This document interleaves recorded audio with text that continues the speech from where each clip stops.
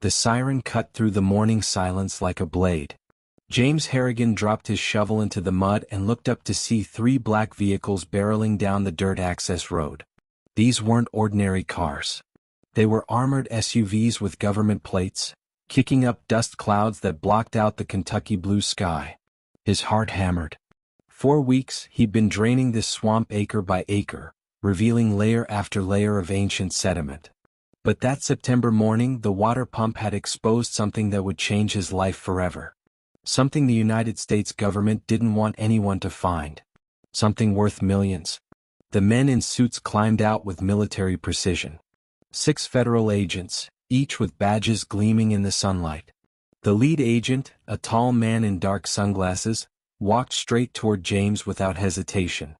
"Mr. Harrigan," his voice was deep and authoritative, "we need you to immediately cease all activities on this property." James felt his legs weaken. 42 years old, Navy veteran, he'd never faced anything like this. His mind flashed back to that morning, 3 hours earlier, when the muddy water finally receded enough to reveal metallic outlines buried in the sludge. Shapes that had no business being there. "Can I ask why?" James kept his voice steady despite the fear coursing through his veins. The agent removed his sunglasses, revealing calculating gray eyes. "This area is now under federal jurisdiction. Evidence of illegal activity has been detected." "Illegal activity?" James almost laughed. He'd bought this land legally with hard-earned money from 15 years working oil rigs in the Gulf. 40 acres of swampland nobody wanted, sold for just $18,000. A ridiculous price even for seemingly worthless property. But he'd had plans. Plans that now seemed to be crumbling. More vehicles were arriving.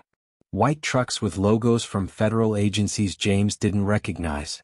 Men in uniforms began setting up a perimeter around his property, yellow tape transforming his dream into a crime scene.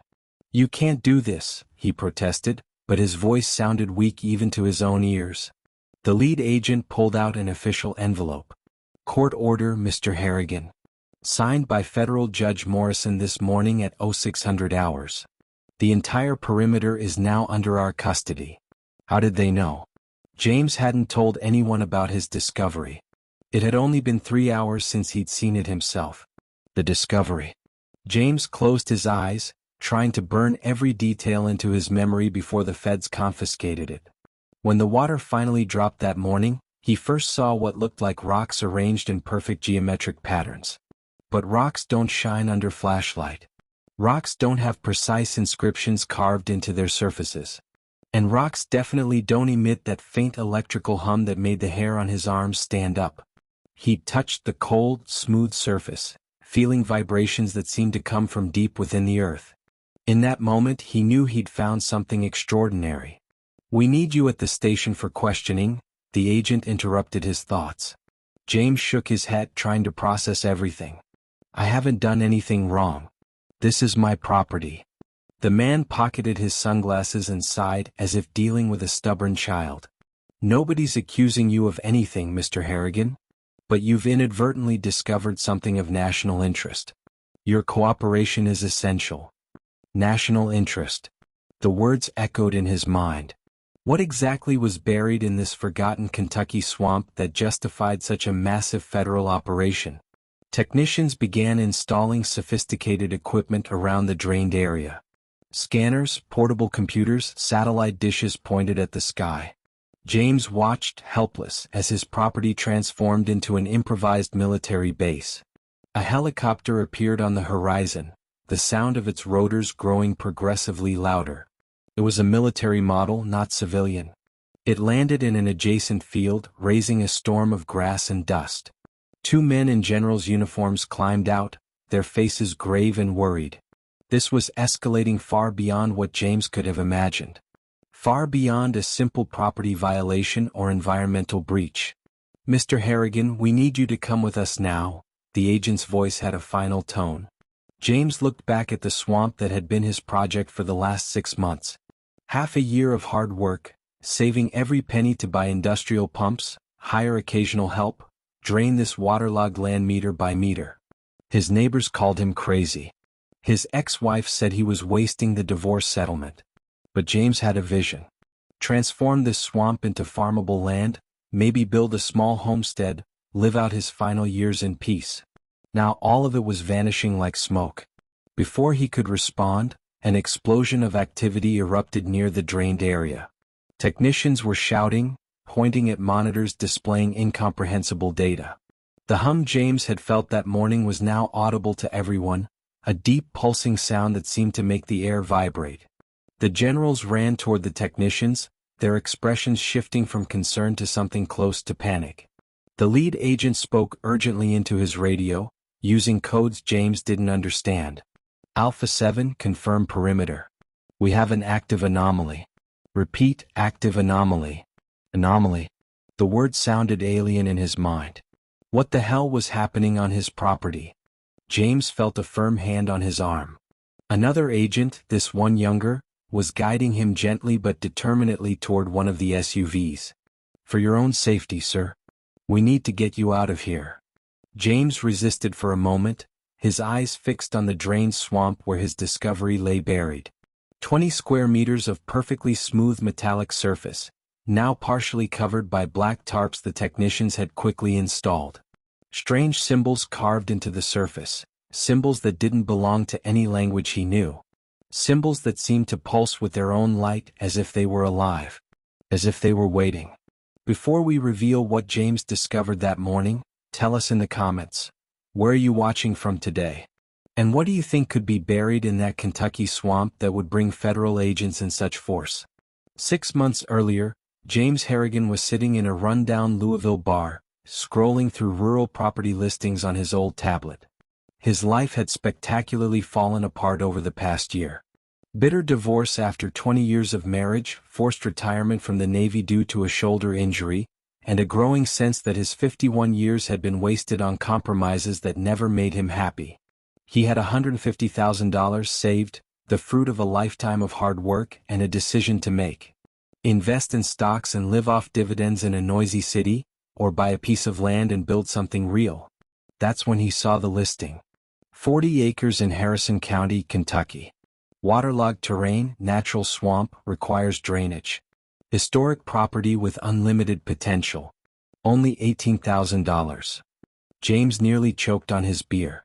18 grand for 40 acres? Even being swampland, that was a gift. Rural land in Kentucky typically ran at least $1,000 per acre, often more. Something was clearly wrong. But James was a man who'd weathered storms in the Gulf, who dived into shark-infested waters to repair underwater platforms. If there was one word that defined him, it was fearless. Or maybe reckless, as his ex-wife used to say. He contacted the broker the next morning. An elderly man named Wilbur, trembling voice on the phone, hesitant when speaking about the property. Mr. Harrigan, I should be honest with you. That land has a bad reputation in these parts. Nobody's been able to do anything with it in 70 years. James laughed. Wilbur, I've dealt with oil rigs on fire in the middle of the ocean. I think I can handle a swamp. There was a long pause on the line. When Wilbur finally responded, his voice carried a tone of warning. It ain't the swamp folks around here worry about, sir. It's the history of the place. Things that happen there. James's curiosity ignited like a flame. What kind of things? Wilbur sighed, a deep, weary sound. The property belonged to the Blackwood family since 1889. They were prosperous farmers, had cattle, grew tobacco. But in 1953 something happened. The patriarch, Joshua Blackwood, started digging. Said he dreamed of treasure buried in the flooded part of the property. Spent the family fortune trying to drain the swamp. 3 years later he disappeared. Never found the body. Family went bankrupt, land got auctioned off, passed through 20 different owners since then. Nobody stayed more than a year. James should have heard the alarm bells in his head. Should have realized that such a low price came with solid reasons. But instead, he felt an emotion he hadn't experienced in years: excitement. A property with history, with mystery, with potential. I want to see it, he said simply. Wilbur scheduled a visit for the following week, but his voice still carried reluctance. Bring high boots, Mr. Harrigan. And maybe an open mind. When he hung up, James felt a shiver run down his spine. Not from fear but from anticipation. Finally, something interesting was happening in his monotonous life. The property visit was revealing. 40 acres of partially flooded land, surrounded by dense forests of oak and pine. The swamp itself occupied about 20 acres in the center of the property, an expanse of dark, stagnant water covered with aquatic vegetation. Water lilies floated on the surface, and the air smelled of organic decomposition mixed with something else, something James couldn't identify. Metallic maybe. Electric. Wilbur kept a respectful distance from the water, pointing out property features without ever approaching the shore. The main house burned down in '67, he explained, indicating ivy-covered ruins. But there's a barn that's still standing. James walked the property for hours that afternoon. He found evidence of previous drainage attempts, abandoned rusted pumps, corroded pipes half buried in the mud, even a small levee that had collapsed decades ago. Someone had really spent money trying to tame this swamp. Several someones, apparently. But why? If the land was so worthless, why had so many tried? James crouched by the shore, watching the dark water. Fish moved beneath the surface. Frogs croaked among the reeds. It looked like a normal swamp. And yet there was something in the air. A sense of expectation. As if the land was waiting for something. For someone. "I'll take it," James said, standing up. Wilbur blinked, surprised. "Don't you want to think more about it? Get a proper assessment?" James shook his head. $18,000 for 40 acres? Even if I never managed to drain the swamp, it's still a solid investment. I could sell the timber from the forest for more than I paid for the entire property. It was true. The oaks around the perimeter were at least 100 years old, some probably older. There was real value here, swamp or not. Wilbur reluctantly agreed, but insisted that James sign an additional document, a waiver acknowledging he was aware of the property's unusual history. James signed without hesitation. The buying process took 3 weeks. Documentation was strangely incomplete. Property records only went back to 1920, as if nothing existed before then. When James questioned the clerk, the elderly woman just shrugged. Some records were lost in a courthouse fire in 1919. Common back in those days. But her eyes said something different. They said she knew more than she was willing to share. James received the deed. There were no keys since there were no doors to lock. On a rainy March afternoon, 40 acres were officially his. His ex-wife called when she heard about the purchase, laughing hysterically. "You bought a swamp? Jesus, James, I always knew you were stubborn, but this is a whole new level of stupid." Maybe she was right. James spent the first few days just exploring, mapping the property, planning his drainage strategy. He consulted engineers who shook their heads, saying it would be expensive, maybe impossible without industrial equipment. But James was stubborn. He started small, buying a used pump for $2,000, installing it at the swamp's lowest edge. He fired it up one April morning and to his surprise it worked. Water began pumping into a drainage channel he dug, flowing to a nearby creek. It wasn't fast, only 5 gallons per minute, but it was progress. The water level dropped half an inch the first day. Neighbors started showing up. Few because the property was isolated, but those who came had unsolicited advice. "You ought to leave that land alone," said an elderly woman named Martha, bringing apple pies as an excuse to snoop. "Bad things happen when the swamp gets disturbed." James smiled politely, accepting the pie. "I don't believe in superstitions, Miss Martha." She shook her head, her eyes sad. "Ain't superstition when 3 people disappeared trying to do exactly what you're doing." She left before James could ask more. He ate the pie that night, delicious but somehow bitter, while the sound of the pump echoed through the dark property. May arrived with torrential rains that threatened to reverse all of James's progress.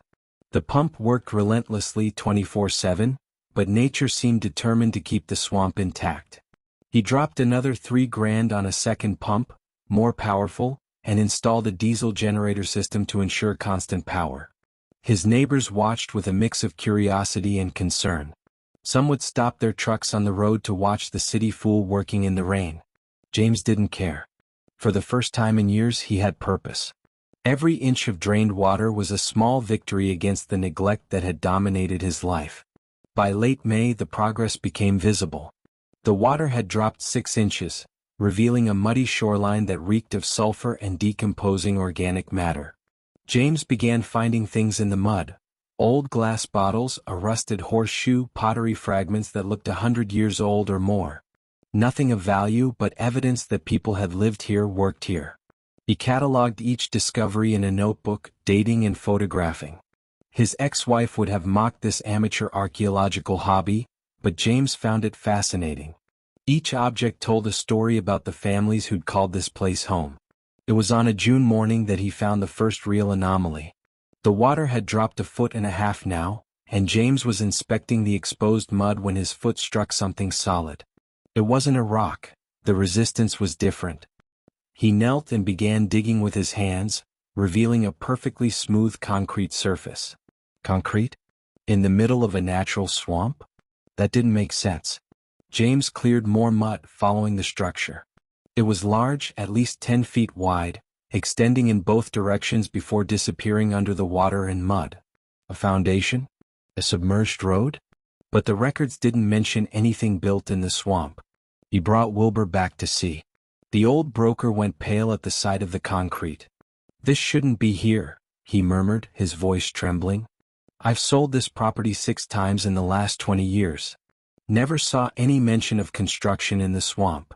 James cleared more mud, revealing the surface had small cracks, as if it had supported immense weight. "Maybe it's from the Blackwood era. You said Joshua tried draining the swamp in the 50s. Maybe he built something." Wilbur slowly shook his head. "Joshua didn't have money for concrete. He was broke when he disappeared. This here, whatever it is older." Older. The word echoed in James's mind as he worked over the following weeks. The concrete structure revealed itself to be a rectangular platform, approximately 30 feet by 60, perfectly leveled despite being buried in mud for decades, maybe longer. The concrete had a strange quality, almost vitrified in some areas, as if it had been exposed to extreme heat. James began photographing everything, measuring dimensions, making sketches. Something important had happened here, something someone had tried very hard to hide underwater in time. And he was determined to find out what. July brought the first official visitor. A man in a suit appeared one hot afternoon, identifying himself as Robert Chin, representative of the Kentucky Historical Society. "We've received reports that you're excavating on your property," Chin said, his eyes scanning the partially drained swamp. "We want to ensure that any historical artifacts are properly preserved." James showed his notebook of discoveries, the photographs of the concrete.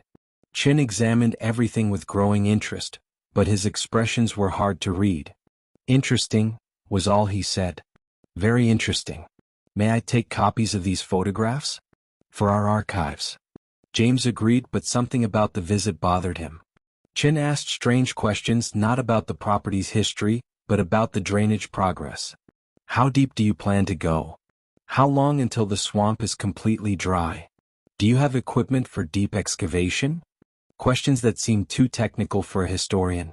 When Chin left, James noticed he didn't drive back to the main road, but stopped about 500 yards away, apparently making phone calls. Maybe it was just paranoia, the result of too many lonely nights listening to the swamp's strange sounds. But James began to feel he was being watched. August was the month of disturbing discoveries.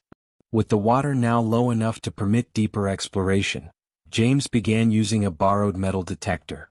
The device went crazy immediately over the concrete platform, emitting signals so intense the speakers distorted. He dug carefully, removing layers of sediment until he touched metal. Not rusted iron as he expected, but something different. Smooth, cold, unaffected by decades of submersion. Aluminum? Stainless steel? He cleared more mud, revealing a metal plate approximately 3 feet square, perfectly integrated into the concrete below. And there was something engraved on the surface. Symbols. Not words in any language James recognized, but complex geometric symbols. Circles within circles, straight lines intersecting at precise angles, patterns that seemed mathematical but alien. He photographed everything, then spent hours trying to research online. Nothing matched. Not ancient runes, not hieroglyphs, not characters from dead languages. It was as if someone had invented a completely new writing system. Or as if the symbols weren't human. James laughed at that last idea, but the laugh sounded nervous even to his own ears. He was getting affected by local superstition, clearly needed more social interaction.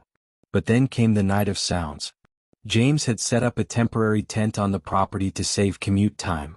It was more efficient to sleep on site, wake with sunrise and work until dark. That particular night in late August, he woke to a sound that made his blood run cold. A deep hum, so low it was more felt than heard, coming from the direction of the concrete platform.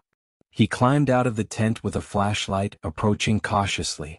The hum increased as he got closer, making his teeth vibrate. The metal plate he'd discovered seemed to emit a faint light, barely perceptible, pulsing in sync with the sound. James extended his hand, hesitant, and touched the cold surface. The sensation was electrifying, literally. A weak current passed through his fingers, up his arm, making the hair stand on end.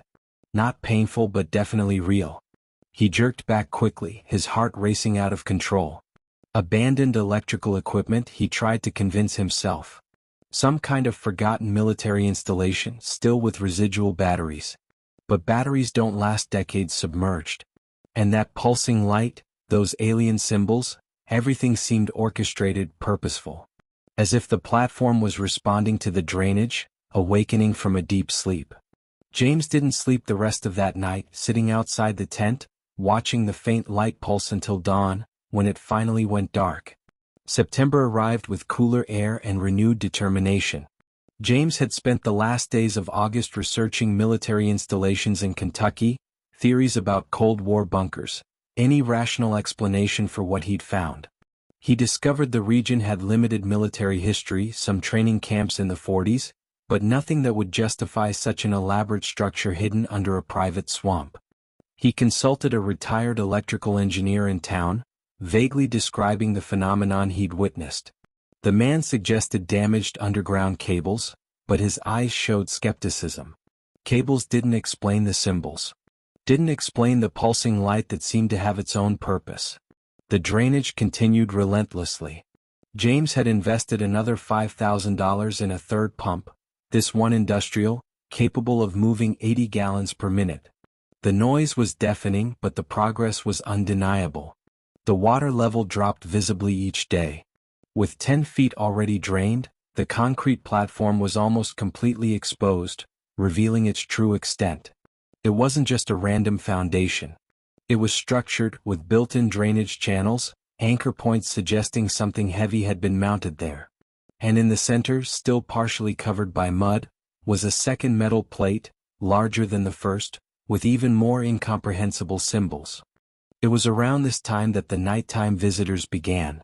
James would regularly wake at 3 in the morning to the sound of vehicles on the access road. They wouldn't approach fully, just stop at the edge of his property, headlights off, engines idling low. He tried approaching one night, but the vehicles sped away before he could see them clearly. Dark SUVs, no visible plates, windows tinted so dark they seemed opaque. He began to have the distinct sensation of being under surveillance. He installed a cheap security camera bought for $200, but the battery mysteriously died every night. Electromagnetic interference, he concluded, probably from the same source causing the nightly hums. Mid-September brought the second visit from Robert Chin, but this time he wasn't alone.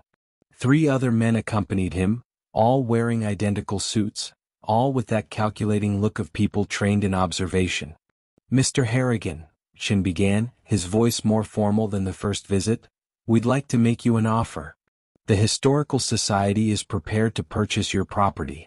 $150,000 cash payment." James nearly choked. 150 grand? He'd paid 18,000 6 months ago. That represented an absurd profit. It was obviously an offer nobody in their right mind would refuse. And yet, something in his gut screamed danger. "Why the sudden interest?" James asked, crossing his arms. Chin exchanged glances with his companions. Our researchers have determined this property has substantial historical significance, potentially an important archaeological site. We'd like to conduct appropriate investigations. It was a lie, James could feel it. These men weren't historians. Their postures were too rigid, too military. Their eyes scanned the property not with academic curiosity, but with tactical assessment. I need to think about it, he said finally. Chen's expression hardened almost imperceptibly. Naturally. But don't take too long, Mr. Harrigan. Offers like this don't stay on the table indefinitely. It was a veiled threat, but definitely a threat. After they left, James went down to the platform, now almost completely exposed. The second metal plate was visible, and he spent the afternoon meticulously cleaning it. The symbols were even more elaborate than the first ones, forming patterns that looked like equations or diagrams. In the center was something that resembled a star map, constellations he didn't recognize, or perhaps mathematical representations of concepts beyond his understanding. He took hundreds of photos, uploaded them to a cloud service, then emailed them to himself. Precautions in case something happened. Precautions that seemed increasingly necessary as the sense of being watched intensified. If you're enjoying this mystery and want to know what James discovered, hit that like button and subscribe so you don't miss what happens next. Because things are about to get much stranger. The night of September 23rd changed everything. James had worked late, using floodlights powered by the generator to continue the cleanup. The water was now low enough to reveal that the metal plates weren't just decorative. They were part of a larger structure, something that extended deep into the ground. He'd used a shovel to test the depth, and the metal continued at least 10 feet below the current surface. It was a massive installation the size of a house, maybe bigger, completely buried and flooded. And it was beginning to wake up. The hum started at 11:32 p.m., James checked his watch. But this time it was different, more intense, with harmonics that made the air visibly vibrate. The light from the metal plates was no longer a faint pulse, but a constant glow, projecting patterns in the air that looked holographic. James stood paralyzed, watching as the symbols literally floated above the metal surface, three-dimensional, rotating slowly like planets around a sun. It was impossible. It was technology that didn't exist, at least not publicly. His mind struggled to process what his eyes were seeing, rejecting and accepting simultaneously the reality before him. Then the symbols began to change. New patterns emerged, replacing the old ones as if someone was typing on an invisible keyboard. James took a step back, then another, his survival instinct finally overcoming his fascination. This was beyond him, beyond anything he could understand or control. He needed help, needed to report this to authorities. But which authorities? The local sheriff would laugh at him. Scientists would demand evidence his photographs probably wouldn't capture. And those men in suits, the fake historians, clearly already knew about this. They'd offered $150,000 not for the land, but to silence him. The decision was made in that moment. James ran to his truck, grabbed his older phone, the one he kept as a backup with no internet connection, and began filming. 5 minutes of video capturing the holographic symbols, the pulsing glow, the impossible patterns dancing in the night air. Undeniable proof that something extraordinary existed on his property. He copied the file to 3 different flash drives, hid one in his tent, another in his truck. The third he mailed to an old Navy buddy with instructions to open only if something happened to him. Paranoia maybe, but justified paranoia given everything that had happened. The light show continued until 2 in the morning, then gradually diminished until it disappeared completely. James didn't sleep, sitting in his truck, engine running, ready to bolt if necessary. At dawn he cautiously went down to the platform. Everything looked normal except for one detail. The mud around the metal plates had been pushed outward, as if something had emerged from below. And in the center, where the brightest symbols had appeared, the metal surface was warm to the touch. Not just tepid, but hot enough to be uncomfortable. Something had activated during the night, some process had begun. And James had the terrible feeling he couldn't stop what he'd started. The days following the nighttime event were marked by a growing paranoia James couldn't shake. He'd documented something impossible, something that defied his understanding of physics and technology. The metal plates remained inert during the day, but he could feel a kind of latent energy emanating from them, as if they were just sleeping, waiting for darkness to awaken again. He continued the drainage because stopping now would be admitting defeat, and Navy veterans don't quit easily.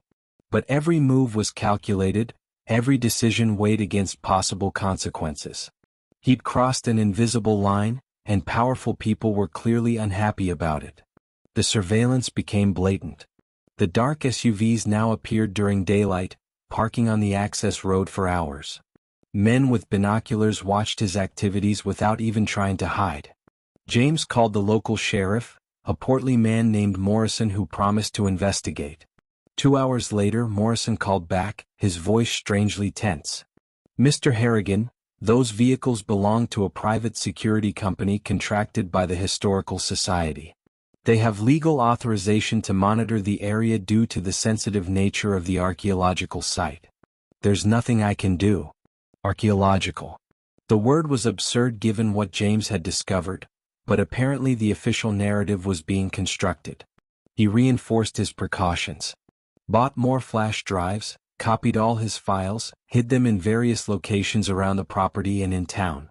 Sent packages to 3 different addresses, including one to his brother in Oregon he hadn't seen in 5 years, with explicit instructions to open only if James didn't make contact for 30 days. It sounded melodramatic, even paranoid, but the alternative was worse. If something happened to him, if those men in suits decided he was a problem to be eliminated, at least there'd be evidence. At least the truth wouldn't die with him. His ex-wife called that week, concerned. "People in town are talking, James. They're saying you discovered something. Saying you're losing your mind." "Maybe I am," James admitted, surprised by his own honesty. "Or maybe I'm the only one sane enough to see what's really happening here." She sighed, that tired sigh he knew so well from 20 years of marriage. "You were always stubborn. But please be careful. If these people are who you think they are, you're playing with things much bigger than you." It was the kindest advice she'd given him since the divorce. Maybe she really did care on some level. Or maybe she just didn't want to explain to people how her ex-husband mysteriously disappeared in a Kentucky swamp. Late September brought the revelation of a third metal plate, this one even larger than the previous ones. Over 10 feet square, it dominated the center of the concrete platform. The symbols here were different, more complex, organized in concentric layers that resembled electronic circuits but with an organic elegance no human engineer could replicate. James spent an entire day just photographing, then trying to decipher some pattern. There was definitely logic, a grammar to the symbols. Certain patterns repeated, suggesting recurring words or concepts. Others appeared only once, perhaps proper names or specific values. It was a language without doubt. But whose? 2 academics showed up one afternoon, professors from the University of Kentucky claiming interest in his discovery. James was skeptical but invited them to see the platform. Dr. Sarah Brennan, specialist in pre-Columbian archaeology, and Dr. Michael Torres, linguist with expertise in ancient writing systems. Both were visibly shocked seeing the metal plates. "This isn't pre-Columbian," Brennan murmured, her voice carrying confusion. "This isn't from any period I recognize." Torres knelt down, tracing the symbols with trembling fingers. "The complexity here is extraordinary. If this is a language, it's more sophisticated than any known writing system. The mathematics implicit in the geometric patterns suggests advanced knowledge of dimensional calculus." "Dimensional?" James questioned. Torres looked at him with wide eyes. "Geometry of spaces with more than 3 dimensions. Mathematics we only began developing in the 20th century. But these symbols, if I'm interpreting correctly, suggest manipulation of up to 11 dimensions." The silence that followed was heavy. 11 dimensions. String theory. Advanced quantum physics.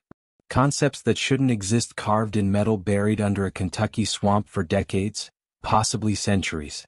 "You need to report this," Brennan finally said. "This is way beyond us. This needs to go to larger institutions, maybe the Smithsonian, maybe even government agencies." James laughed bitterly. "Government agencies already know. Why do you think there are men watching my property day and night?" The professors exchanged nervous glances. Mr. Harrigan, Torres began carefully, if what you're suggesting is true, if the government really is suppressing this discovery, then you're in real danger. James already knew that. Had known since the night of the holographic symbols. But hearing confirmation from respected academics made it all more real, more frightening. What would you do in my place? He asked. Brennan answered without hesitation. Sell the property and forget everything I saw. Some truths are too dangerous to know. But James couldn't do that. Not after investing 6 months of his life, not after seeing the impossible with his own eyes. The professors left with promises of discretion he didn't entirely believe. That night, alone in his tent, he reviewed all his photographs, all his videos. He had enough documentation to prove something extraordinary existed here. But prove it to whom? The internet was full of conspiracy theories, fake videos, digital manipulations. His evidence, no matter how real, would probably be discredited as just another hoax. He needed something more, something undeniable. He needed to fully understand what he'd discovered before he was silenced. Early October brought the 4th pump, the most powerful his budget allowed. $20,000 that depleted his savings, but capable of moving 250 gallons per minute. With all 4 pumps working together, the water level dropped almost 3 feet per day.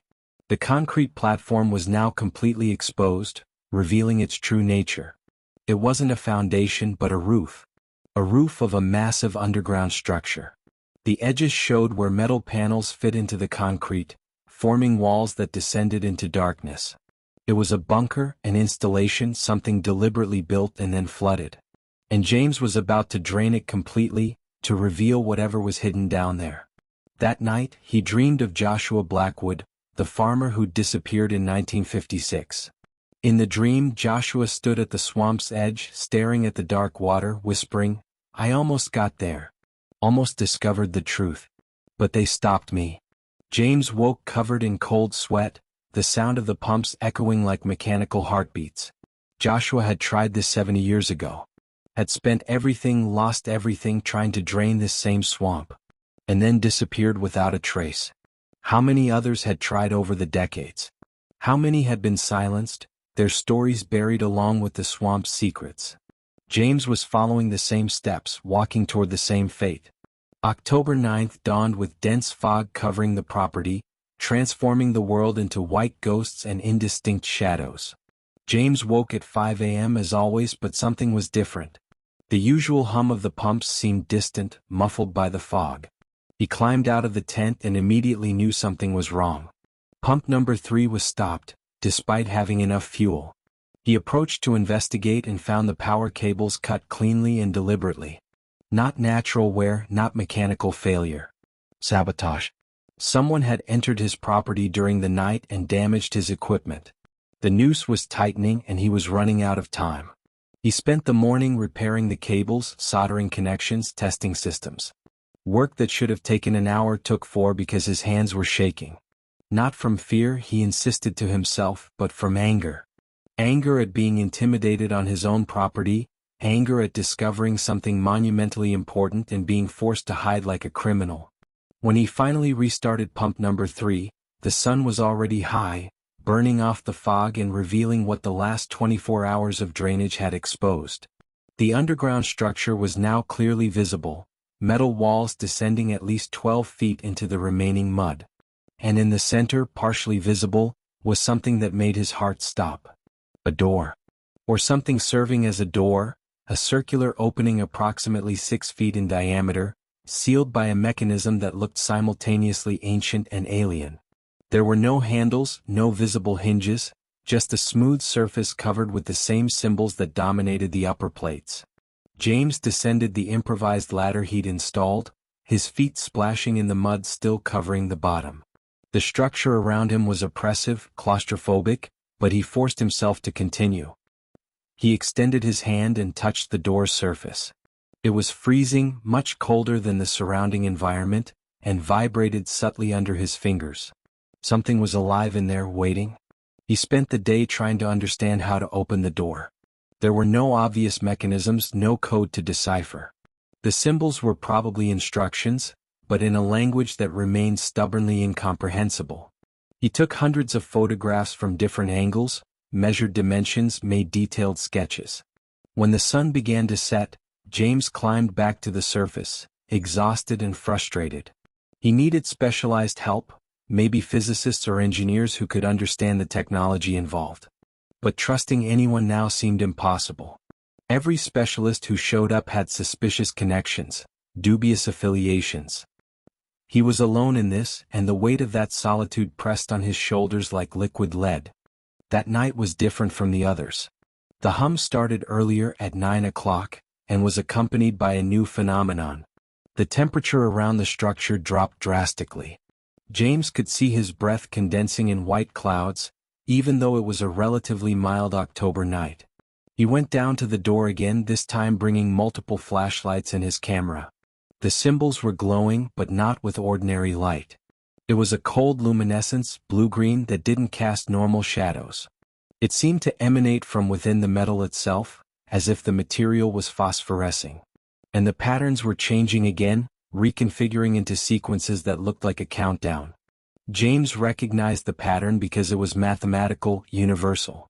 Concentric circles progressively diminishing, like rings being removed one by one. 12 rings when he started watching. 11. 10. Each change accompanied by a pulse of the deep hum. It was counting toward something, but what? Automatic opening? Activation of some system? He filmed everything, his heart beating in sync with the pulses. 9. 8. 7. The air was getting so cold his fingers were going numb. 6. 5. 4. He should climb up, get away, seek safety. But he was paralyzed, hypnotized by the countdown to the unknown. 3. 2. 1. Silence. Silence so complete James could hear his own heart, loud and frantic. Then, with a sound like ice cracking, the door began to open. Not sliding or rotating, but dissolving, its molecular structure apparently reorganizing into a different configuration. Within seconds, where there had been a solid surface now existed an opening dark as a tunnel mouth. Cold air rushed out, carrying a smell James couldn't identify. Ozone, maybe, or something similar. And something else. A metallic smell that made his tongue tingle. James pointed his flashlight at the opening, but the beam of light seemed to be absorbed, barely penetrating the darkness. There was depth there, much more than the apparent structure suggested. His military training screamed not to enter. Unknown confined spaces, potentially toxic atmosphere, no backup or support. All the rules said to retreat, assess, seek professional help. But James had come too far to stop now. 6 months of work, all his savings invested, veiled threats from powerful men, everything leading to this moment. He tied a rope to the external structure, giving himself a safety line, and began descending into the darkness. The first steps were on metal stairs, cold and slippery under his boots. The descent was steep, almost vertical, going much deeper than the visible structure suggested. 30 feet. 60. 90. It was impossible, geometrically impossible. Then the corridor leveled out, opening into a chamber that defied all his expectations. It was vast, the size of an aircraft hangar, but completely underground. The walls were covered with illuminated panels, displaying the same symbols but on a massive scale. And in the center of the chamber, illuminated by that cold alien light, was something that made James question his own sanity. It wasn't a machine in the traditional sense, it had no visible gears or circuits. It was organic and mechanical simultaneously, a fusion of technology and biology that seemed to grow from the walls like a metallic tumor. It pulsed softly like a giant heart, pumping something that definitely wasn't blood through crystalline tubes. James approached slowly, his mind struggling to process the impossible. There were objects scattered around the chamber, artifacts that clearly weren't of human origin. Devices with shapes that defied obvious purpose, geometries that seemed wrong to three-dimensional eyes. And around the central entity there was something that looked like tentacles? Not exactly, but extensions that moved with their own life, responding to some stimulus James couldn't perceive. One of them turned in his direction, and he felt a mental weight as if something was examining his thoughts. Not hostile but curious. Ancient beyond comprehension but still functional. Still awake after how many centuries buried under water and earth? That's when he saw the plaque. Metallic, engraved with letters that were finally recognizable. English. But old-fashioned, formal English. Ether Research Facility. Project Horizon. Established in 1873.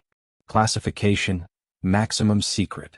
Any unauthorized person found at this location will be detained indefinitely under National Security Authority.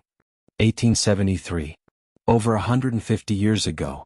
This installation had existed since before the Civil War ended, hidden under what would then have been just wilderness Kentucky land. Project Horizon. The words meant nothing to James but clearly meant something to the government. Meant enough to keep this installation secret for over a century. James photographed frantically, documenting everything he could see. The central entity, the alien artifacts, the explanatory plaque, the control panel still glowing with inexplicable energy. He had to preserve this evidence because he knew with absolute certainty that he'd never get out of here with it. But maybe, just maybe, he could upload to the cloud before being caught. He was checking his internet connection, surprisingly still functional even 130 feet underground, when he heard the sound he dreaded. Helicopters. Multiple helicopters approaching. Sirens on the access road. Time was up. They were coming for him, and this time they wouldn't accept refusals or evasions. The 150-year-old secret was about to be protected again, and James would just be another silent victim. James climbed the ladder with desperate speed, his boots slipping on the wet metal rungs. The sound of helicopters was deafening now, reverberating through the structure like thunder in a cave. His phone was still in his hand, frantically uploading the last photographs to multiple cloud services. 62% complete. 71. He emerged from the opening at the exact moment the first agents reached the edge of the concrete platform. These were different from the previous observers. These wore full tactical uniforms, helmets, automatic weapons pointed directly at him. "Mr. Harrigan, drop the electronic device and put your hands on your head." The amplified voice left no room for negotiation. Upload complete. 100%. James felt momentary relief before being tackled to the ground by two agents. Experienced hands frisked him, confiscating his phone, his keys, even his wallet.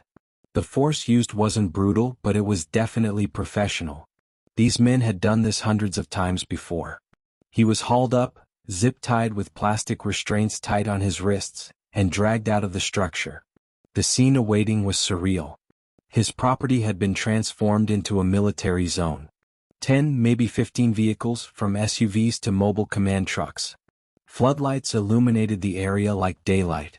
And the people, dozens of them, technicians, soldiers, men in suits with badges identifying agencies James didn't even know existed.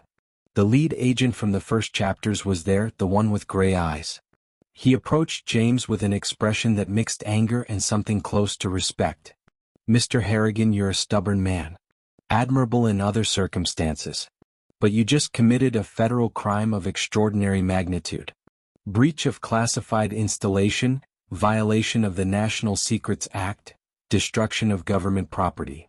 James laughed, a harsh sound without humor. "Government property? This is my land. I have the deed." The agent slowly shook his head. "Your deed covers the surface, Mr. Harrigan. Everything below 50 feet has belonged to the federal government since 1872. Little-known law, rarely invoked, but absolutely valid. 1872. 1 year before the installation was established. The government had planned this from the beginning, buying subsurface rights throughout Kentucky, probably the entire country without anyone noticing. Surface land could be sold, bought, developed. But 50 feet down remained federal territory, available for secret projects the population would never know existed. "Project Horizon," James said, testing the name. The reaction was immediate. The agent went rigid, his hand moving instinctively to his weapon. "How do you know that name?" James smiled bitterly. "It's written pretty clearly down there. Along with a date of 1873. You've been keeping this secret for 152 years. More vehicles were arriving, these clearly civilian. Communications vans without recognizable logos, technical equipment trailers, even what looked like a complete mobile medical unit. The operation was massive, coordinated with precision that suggested prior planning. They weren't improvising. They were executing an established protocol, probably rehearsed dozens of times for the case of someone like James discovering what they shouldn't. How many others? James suddenly asked. How many other people discovered this installation over the years? How many were silenced? The agent didn't respond, but his eyes told the story. There had been others. Joshua Blackwood certainly. Probably each of the 20 previous owners Wilbur had mentioned. He was taken to one of the trailers, this one configured as an improvised interrogation room. Metal table, 2 chairs, camera mounted in the corner. Full treatment of a serious crime suspect. They sat him down roughly and removed the plastic restraints, only to replace them with metal handcuffs chained to the table. An older man entered, gray hair, uniform without insignia but posture that screamed general. Mr. Harrigan, my name is Thomas Caldwell. I'm the Director of Special Operations for the Department of Underground Security. A department that officially doesn't exist, so this conversation never happened. He sat down, placing a thick folder on the table. Let's talk about what you saw down there. James considered his options. Cooperating meant possibly surviving, but certainly meant forced secrecy for the rest of his life. Resisting meant he didn't even want to consider the possibilities. Before we talk about anything, he said finally, I want to know what that installation really is. Project Horizon. What were you doing there in 1873? Caldwell studied him for a long moment, then sighed. What I'm about to tell you is classified beyond maximum secret. Do you understand that knowing this information binds you to a perpetual non-disclosure agreement, violation punishable by imprisonment or worse? James nodded. He was already condemned, more information wouldn't worsen his situation. In 1871, Caldwell began, his voice taking on a professorial tone, a meteor fell in Kentucky. Not an ordinary meteor, but something our scientists of the time couldn't explain. It emitted energy, responded to human proximity, displayed properties that defied known physics. President Grant, in consultation with his scientific advisors, decided this required secret study. Project Horizon was established with a singular mandate: understand and, if possible, replicate the object's technology. The installation was built around it, then deliberately flooded for concealment. James processed this slowly. A meteor.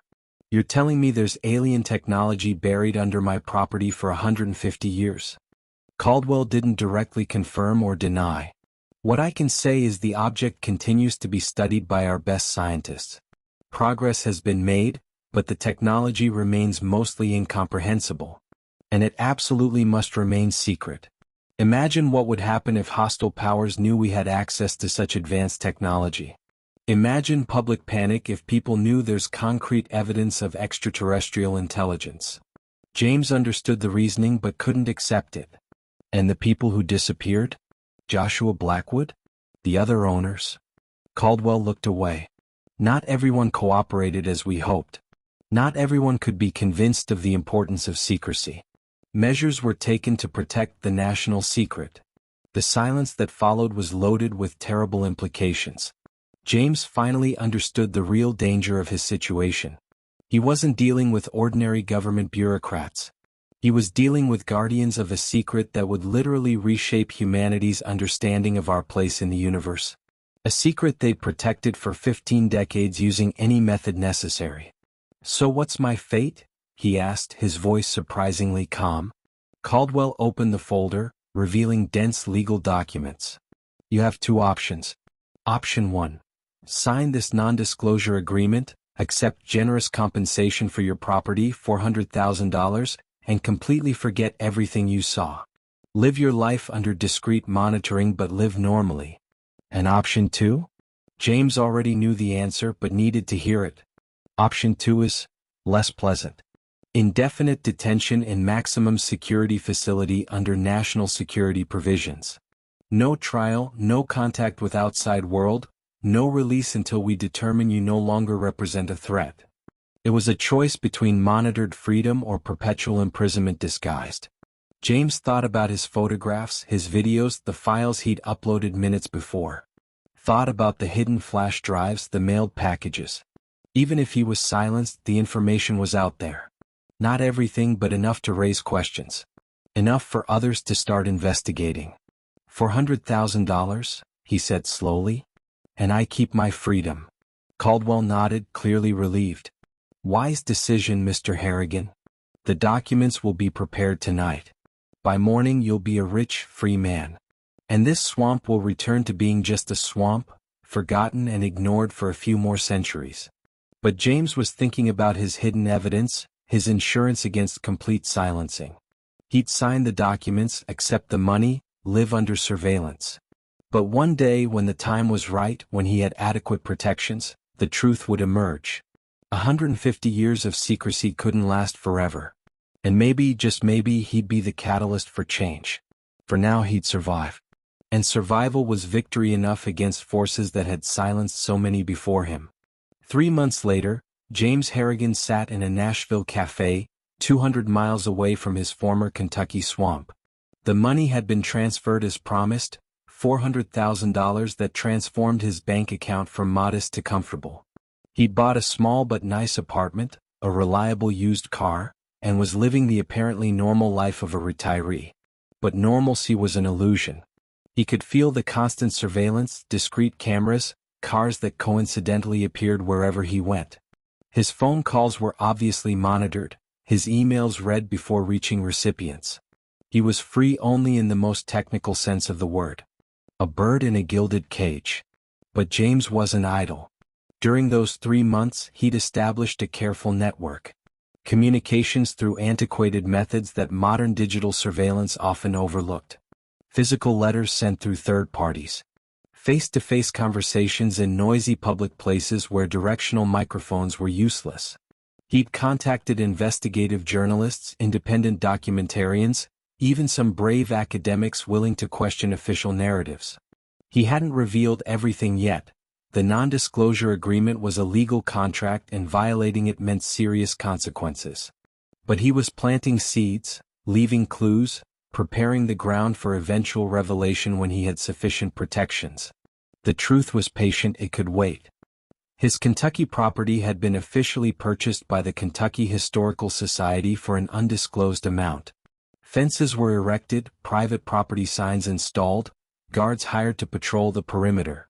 To casual observers, it was just another organization preserving historic land. But James knew the truth. The installation was being reactivated, studied, its secrets extracted by scientists who probably didn't even fully understand what they were manipulating. Technology of unknown origin, possibly alien, in the hands of a government keeping it secret for reasons James still questioned. National security was a convenient justification, but what if there was more? What if the technology was so revolutionary that releasing it would destroy economies based on fossil fuels? He received an unexpected visit one January afternoon. Dr. Michael Torres, the linguist who'd visited his property months ago. They sat in a busy cafe, speaking quietly about apparently innocuous topics. But Torres had news. I managed to translate some of the symbols, he said calmly, stirring his coffee. Not everything, but enough to understand basic context. The symbols aren't language in the traditional sense. They're pure mathematics, equations describing manipulation of energy at the quantum level. Whoever created this understood the universe in ways we're still centuries from comprehending. James felt the familiar shiver. Did you report your findings? Torres shook his head. Some truths are too dangerous to be officially known. But academically, unofficially, I'm sharing. More people knew. More people were questioning. The secret was developing cracks, small but growing. James contributed when he could, always carefully, always within the technical limits of his agreement. He didn't confirm or deny when asked directly about what he'd seen. But he could ask rhetorical questions. Could suggest areas of investigation. Could plant doubts about official narratives that didn't make logical sense. It was a slow war measured in months and years instead of days. But it was a war he was determined to win. The truth deserved to be known no matter how long it took. February brought a surprising development. An independent documentary was released online, exploring secret government installations in Kentucky. It didn't mention James directly nor Project Horizon by name, but the coincidences were too many to ignore. Interviews with local residents talking about strange behavior around certain historic properties. Analysis of land records showing unusual patterns of government purchases in the 19th century. Aerial photographs revealing underground structures whose purposes were never publicly explained. The documentary was watched by millions in its first week. The government didn't officially comment, but James noticed an increase in his surveillance. The message was clear. He was being watched more carefully. But public attention was awakened. Online forums exploded with theories, some absurd, others surprisingly close to the truth. Amateur researchers began investigating, some even traveling to Kentucky to search for the installations mentioned in the documentary. The government responded by closing more areas to the public, citing environmental concerns. But each defensive action only fed more suspicions. The Streisand effect in full action. Trying to suppress information was doing exactly the opposite, amplifying interest. James watched with growing satisfaction. It wasn't the dramatic revelation he'd initially imagined, but it was progress. It was change. It was the impossibility of maintaining absolute secrecy in the digital information age. March marked 6 months since his initial discovery. James was in his apartment, reviewing legal documents his lawyer had prepared. Detailed will, instructions for the case of sudden death or disappearance, location of all his hidden evidence. Morbid precautions but necessary.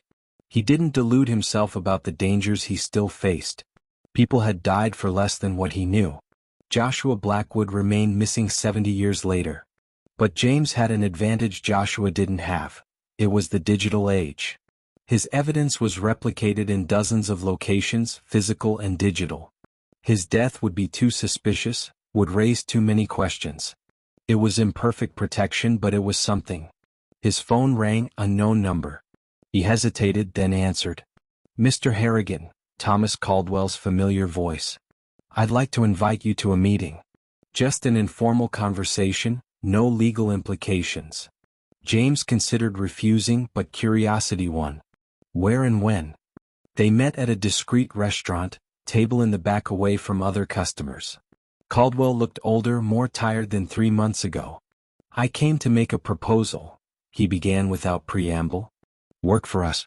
Your practical experience with the installation, your unique perspective, would be valuable. Generous salary, access to information you didn't dream existed, chance to really contribute to human advancement. It was a tempting offer. Inside access, chance to truly understand what he discovered. But James shook his head. I appreciate the offer, General. But I can't work for an organization that silences truth. That makes people disappear.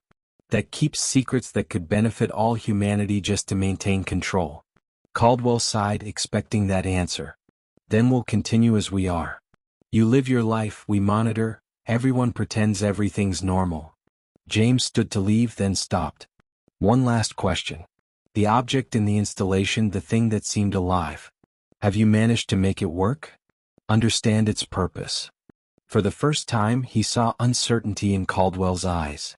We've been trying for 150 years, Mr. Harrigan, and we still have no idea what it really is. Does that scare you? James smiled bitterly.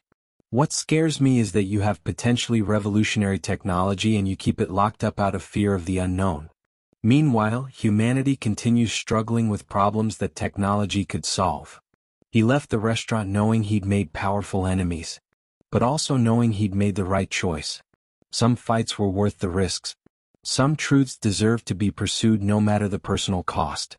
And maybe, just maybe, in 10, 20, 50 years, someone would look back and recognize James Harrigan not as the fool who bought a useless swamp, but as the man who refused to let truth stay buried.